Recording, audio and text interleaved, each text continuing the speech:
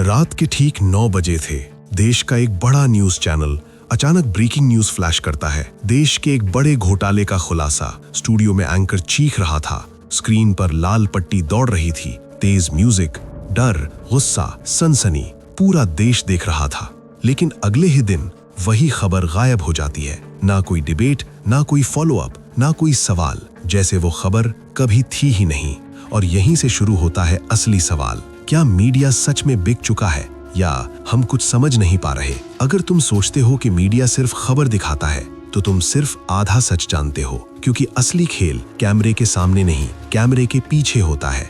और इस खेल की एक झलक दुनिया ने पहली बार देखी साल 2010 में।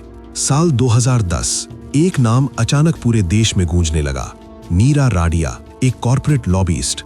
लेकिन उसकी असली ताकत क्या थी? उसके phone calls. Income tax department ने उसकी 5800 से ज्यादा कॉल्स रिकॉर्ड की थी, करीब 300 दिनों तक। जब ये टेप्स लीक हुए, देश हिल गया। क्यों? क्योंकि उन कॉल्स में सिर्फ बिजनेस नहीं था, वहां पत्रकार थे, वहां मंत्री थे, वहां डील्स हो रही थीं।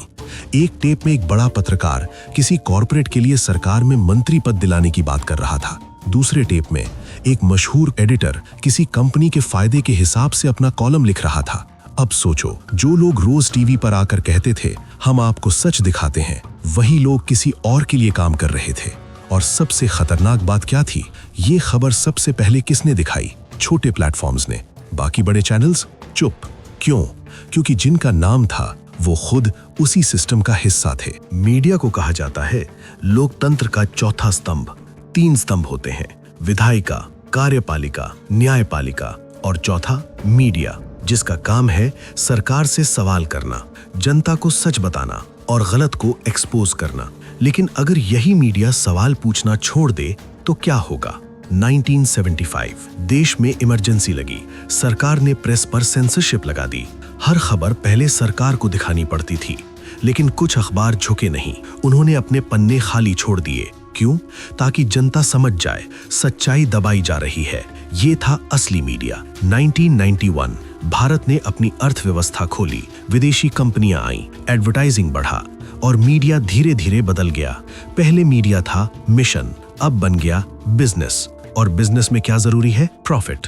आज टीवी खोलो, क्या दिखता है? चीखते हुए एंकर, देश खतरे में है, हर चीज ब्रेकिंग न्यूज। लेकिन क्यों? TRP, television rating point. जितनी ज्यादा टीआरपी उतना ज्यादा पैसा। और टीआरपी कैसे आती है? अटेंशन से।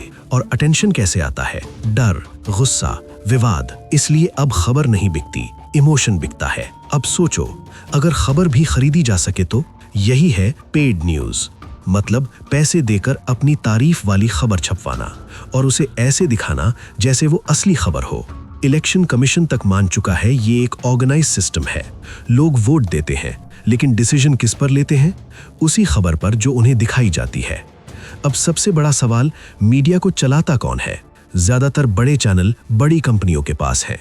अब सोचो, अगर किसी कंपनी का खुद का बिजनेस हो और उसके खिलाफ कोई खबर हो, क्या वो खुद अपने खिलाफ खबर चलाएगी? यही है कॉन्फ्लिक्ट ऑफ इंटरेस्ट। एक स्टिंग हुआ, अंडरकवर जर्नलिस्ट गया और बड़े मीडिया हाउसेस से कहा हम पैसे देंगे, आप हमारी पॉलिटिकल इमेज इंप्रूव करो। रिजल्ट, कई बड़े मीडिया हाउसेस तैयार हो गए, रेट्स बताए गए, डील्स डिस्कस हुई, सब कुछ कैमरे में रिकॉर्ड। और जब ये बाहर आया, मीडिया ने खुद इस खबर को दबा दिया। 2020 एक और शौक आया, टीआरपी स्कैम। कुछ चैनल्स पर आरोप लगा कि उन्होंने लोगों को पैसे देकर अपना चैनल चलवाया, ना कि टीआरपी बढ़े। फेक नंबर्स, रियल पैसा। सरकार हर साल हजारों करोड़ रुपए के एड्स देती है। अब सोचो, अगर कोई चैनल सरकार की आलोचना करे और उसका एड बंद हो जाए, क्या वो सर्वाइव कर पाएगा? यही है साइलेंट प्रेशर। आजकल डिबेट शोज देखे हैं, एंकर चिल्लाता है, पैनलिस्ट्स लड़ते हैं, असली मुद्दा गायब। ये जर्नलिज्म नहीं है, ये है आउटरीच शो। क्यों? क्योंकि ये टीआरपी लाता है। सोशल मीडिया आया, लगा अब सब फ्री है, लेकिन fake news, edited videos, propaganda इतनी तेजी से फैलता है कि सच पीछे रह जाता है और एल्गोरिदम्स वही दिखाते हैं जो तुम देखना चाहते हो। आज का सबसे बड़ा हथियार है नैरेटिव। एक ही घटना 2 तरह से दिखाई जा सकती है। क्या दिखाना है, कैसे दिखाना है, क्या छुपाना है, यही तय करता है कि तुम क्या सोचोगे। सबसे बड़ी खबर कौन सी होती है? वो जो दिखाई ही नहीं जाती। कोई गांव, कोई गरीब, कोई असली समस्या, क्योंकि वो बिकाऊ नहीं है। अब सबसे जरूरी सवाल, क्या पूरा मीडिया बिक चुका है? जवाब नहीं। अभी भी कुछ पत्रकार हैं जो जमीन पर रिपोर्टिंग करते हैं, सत्ता से सवाल पूछते हैं, रिस्क लेते हैं, लेकिन उनकी आवाज शोर में दब जाती है। हम क्या देखते हैं? ड्रामा, कंट्रोवर्सी, नॉइस, और जब सीरियस रिपोर्ट आती है हम स्किप कर देते हैं। मीडिया वही दिखाता है जो बिकता है, और जो बिकता है वो हम तय करते हैं। अगर मीडिया को बदलना है तो ऑडियंस को बदलना होगा। हर खबर पर भरोसा मत करो, क्रॉस चेक करो, मल्टीपल सोर्सेज देखो, इमोशनल रिएक्शन से बचो।